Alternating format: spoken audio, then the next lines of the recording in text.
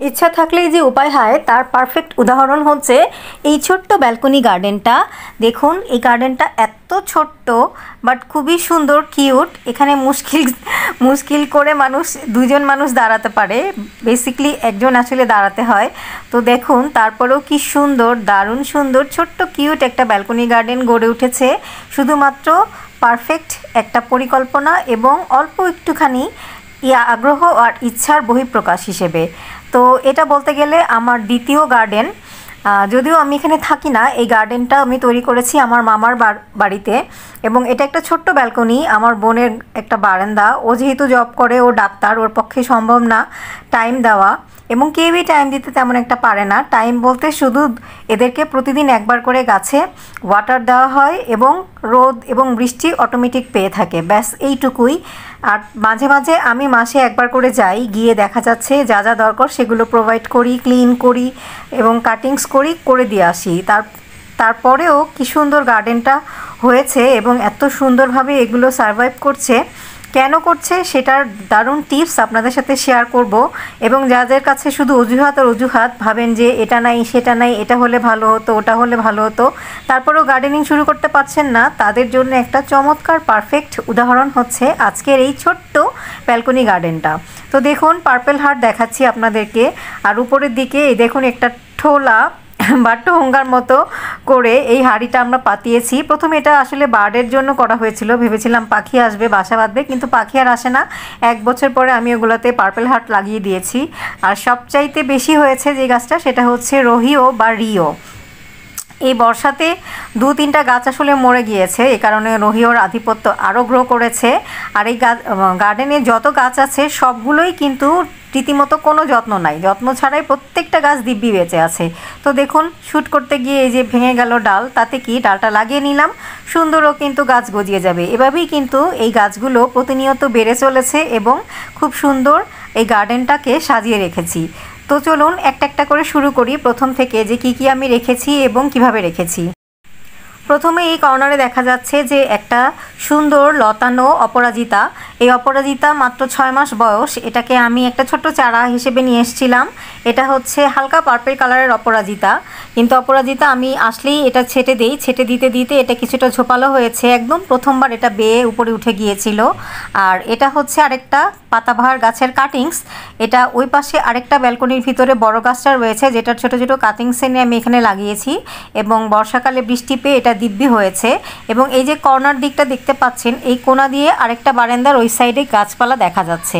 আর সবচাইতে বড় আর পুরনো গাছ হচ্ছে এই যে বাইরের দিকে দেখতে পাচ্ছেন কাগজ ফুল বা পেপার ফ্লাওয়ার, বাগানবিলাস সবচাইতে বড়। এই যে বিশাল বড় একটা টবের মধ্যে রাখা আছে, যেটা ডালপালা বাইরের দিকে।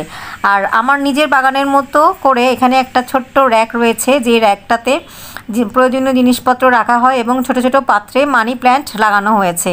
2-3 রকমের মানি প্ল্যান্ট ছিল, কিন্তু সেগুলো কালের বিবর্তনে এখন বলতে গেলে প্রায় একই রকম জেড পথজ আছে, জেড মানি প্ল্যান্ট যেটা। আর এই দিকে কর্নারে এটা নতুন সংযোজন, এইবার আমার বোন কিনে এনেছে। এটা হচ্ছে অ্যারোমেটিক জুঁই, খুব সুন্দর ফুল। আগে একটা অ্যারোমেটিক জুঁই ছিল, সেটা মারা গিয়েছে, সেটা প্রায় 6-7 বছর ছিল। তো এটা নতুন সংযোজন, এবার আমরা জুন মাসে বৃক্ষ মেলা থেকে কিনে এনেছে। আর তার ঠিক পিছনে রয়েছে ছোট্ট একটা কাটামুকুটের কাটিংস, হয়তো দেখতে পাচ্ছেন। আর এই ছোট্ট অ্যারোমেটিক জুঁইটাতেও কিন্তু ফুল ফুটেছে, আর ডালগুলো ওই যে বাইরের দিক থেকে খুব সুন্দর লাগে। অ্যারোমেটিক জুঁইয়ের কিন্তু ফুলের দারুণ সুন্দর ঘ্রাণ, আর ফুল ফুটে থাকে যখন থোকায় থোকায় এত সুন্দর লাগে, ঝোপালো হয়ে থাকে, যে দারুণ অসম্ভব সুন্দর। এই ছোট্ট গার্ডেনটাকে একদম ফুলে ফুলে সুবাসিত করে রাখে। আর দেখতেই পাচ্ছেন হলুদ দিয়েছি অ্যান্টিফাঙ্গাল হিসেবে, যেহেতু আমি এখন গার্ডেনটা ক্লিন করছি এবং যা যা দরকার দিয়ে যাচ্ছি এই কারণে।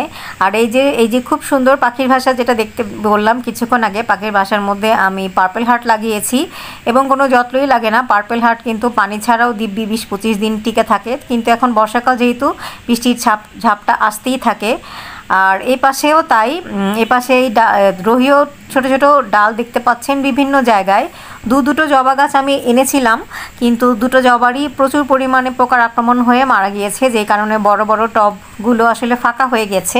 টব বলতে আপনারা দেখতে পাচ্ছেন বালতি রয়েছে, এগুলো 7 কেজি 7 লিটার বা 5 লিটারের বড় বালতি, পরপর দুটো বালতি দেখতে পাচ্ছেন। তো এগুলো কিন্তু এখন ফাঁকা দেখে রোহিও প্লান্ট লাগিয়ে দেওয়া হয়েছে। আর এই যে সবচাইতে সুন্দর হচ্ছে আমার অ্যালোভেরা, কারণ মাত্র অ্যালোভেরা আমি আমার গার্ডেন থেকে এনে এখানে লাগিয়েছিলাম, সেটা থেকে প্রচুর অ্যালোভেরা হয়েছে। আর রোহিওর কথা যেটা বলছিলাম, রোহিও কেন জানি এই গার্ডেনটা খুবই পছন্দ করে, যেহেতু ও জানে যে এখানে যত্ন করার কেউ নাই, আর রোহিওর যত্ন লাগেও না, লাগিয়ে রাখলেই হয়ে থাকে। তো দেখুন এটা প্রচুর পরিমাণে হয়েছে, অলরেডি প্রচুর ডালপালা গজিয়েছে এবং শিকড় সহ। আমি শিকড়ই দেখাচ্ছিলাম আপনাদেরকে, এটা তুলেছি কারণ হচ্ছে এই যে শিকড়ওয়ালা এই গাছটাকে আবার অন্য জায়গায় লাগাবো, যে কারণে আপনাদেরকে দেখালাম যে প্রত্যেকটা গাছের মধ্যেই শিকড় রয়েছে। রোহিওর এটা একটা সুবিধা, ঝোপালো হয়ে থাকে, ডাল হয়ে থাকে প্রচুর, এবং প্রতিটা ডালে ডালেই কিন্তু শিকড় থাকে। তো এই যে আমি এখান থেকে এটাকে ভেঙে নিচ্ছি, এখন জাস্ট এটা পরিষ্কার করে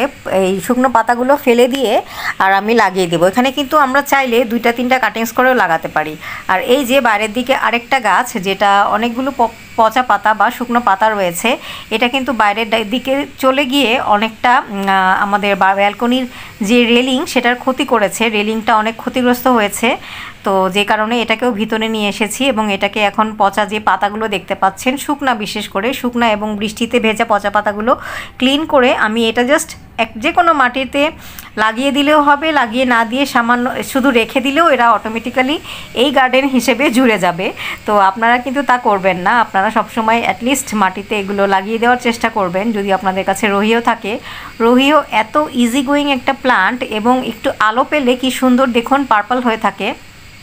এই বারান্দাটাতে ডিরেক্টলি রোদ একদম অনেকক্ষণ ধরে আসে না, কিন্তু সারাক্ষণ আলো থাকে, মানে এই বারান্দায় আলোর কোনো কমতি নাই। রোদের তাপ এবং রোদের আলো এই বারান্দা ভর্তি হয়ে থাকে, কিন্তু ডিরেক্টলি রোদ একদম ভিতরে ঢোকে না, যেই কারণে ফুল গাছগুলো তেমন একটা হয় না এখানে। কিন্তু যেহেতু দিনের একদম সকাল থেকে সন্ধ্যা পর্যন্তই, বিকাল পর্যন্তই বলতে গেলে আলো থাকে, যে কারণে খুব সুন্দর পার্পল হয়ে আছে পাতাগুলো। আলো থাকলে পার্পল হয়ে থাকে। আর রোহিও প্লান্ট তো দারুণ একটা পাতা, এক পাশটা সবুজ আর এক পাশটা পার্পল। আর এই যে আরও আমি প্রচুর কাটিংস করেছিলাম গতবার যখন এসেছিলাম 15-20 দিন আগে, এই যে আমি কাটিংস লাগিয়ে রেখেছিলাম, সেই কাটিংসগুলো দিব্যি বড় হয়েছে এবং আমি সুযোগ পেলেই এসে কাটিংস করতে থাকি। একটা কাটিংস যে কোনো গাছের মধ্যেই কাটিংস করে করে লাগিয়ে রাখি, ম্যাক্সিমাম কাটিংসই বেঁচে যায়। এই গাছটা আসলে অনেক দিন হয়ে গিয়েছে, কাটিংস থেকে আমি গ্রো করেছি প্রায় 6 থেকে 7 মাস, না আরও বেশি হবে, 8 মাস হয়ে গিয়েছে। এবং এটা এখন যেহেতু আমি জানি যে প্রচুর শিকড় ভিতরে রয়েছে, এই যে এটাকে তুলে আমি এখন একদম বড় টবের মধ্যে মাটিতে লাগিয়ে দিব। তখন আমি আসলে জানতাম না হবে কি না, কাটিংসটা কোন রকমে কেটে কেটে এই পাত্রটাতে লাগিয়েছিলাম। তো এখন আমি এই যে গাছটা না, এই যে টবটা দেখতে পাচ্ছেন, এই টবটা অলমোস্ট ফাঁকা, আমি জাস্ট ছোটো ছোটো পার্পল হার্টের কাটিংস লাগিয়েছিলাম, যে কারণে এখন এখান থেকে আমি এই ব্লু ডেইজের গাছগুলো তুলে প্রপারলি এখানে লাগিয়ে দিচ্ছি। তো 15-20 দিন পরে আবার যখন আসবো তখন দেখতে পাবো দিব্যি এ বড় হয়ে গিয়েছে, বড় ঝোপালো হয়ে গিয়েছে। তো যেহেতু আমি যাওয়ার আগে কাটিংস করে দিয়ে যাব, তো অনেক ঝোপালো হবে। আর ব্লু ডেইজ খুব বেশি ভালো ফুটে থাকে, কারণ হচ্ছে রোদ না পেলেও এরা প্রচুর আলো পায়, যে কারণে ব্লু ডেইজটা খুব দিব্যি এখানে ভালো হচ্ছে। তো আপনাদের যাদের একদমই জায়গা নেই বা ছোট্ট একটু জায়গা আছে, অথবা একটুখানি আলোযুক্ত বারান্দা আছে বা জানলা আছে, সেখানেও আপনারা কিন্তু এই গাছগুলো অনায়াসে লাগাতে পারেন, কোনো যত্নেরই দরকার হয় না। তো বাইরের দিকে দেখা যাচ্ছে যে এই যে বাগান বিলাসের গাছটা খুব সুন্দর হয়েছে, কিছুদিন আগেও ফুল ছিল, ফুলে ফুলে ভরা ছিল। তো আজকে বৃষ্টির তোরে তেমন একটা ফুল নেই, দেখাতে পারলাম না। মেইন গাছটা কিন্তু ভিতরের দিকে রয়েছে। তো এই কয়েকটা গাছ এখানে আছে, 2-3টা গাছই বড়, যেহেতু এখানে যত্ন করার কেউ নাই, আমি যখনই আসি ওদেরকে কাটাই ছাটাই করে দেই, পরিষ্কার করে দিয়ে যাই, অ্যান্টিফাঙ্গাল স্প্রে করে দেই। সো 1 মাস পর্যন্ত ওরা দিব্যি ভালো থাকে। এখানে আরও একটা চিকন গাছ দেখা যাচ্ছে, এটা কিন্তু অন্য একটা ব্যালকনির সাইডে, সেটা হচ্ছে কারি পাতা গাছ। তো এই যে বাইরে থেকে দেখাচ্ছি কি সুন্দর ব্যালকনিটা রয়েছে, ছোট ছোট গাছ দিয়ে হলেও আমার সবুজ সুন্দর একটা ছোট্ট ব্যালকনি। আশা করছি আপনাদের ভালো লেগেছে এবং আমাদেরকে অবশ্যই জানাবেন যদি আপনার কাছেও এরকম ছোট্ট ব্যালকনি থেকে থাকে।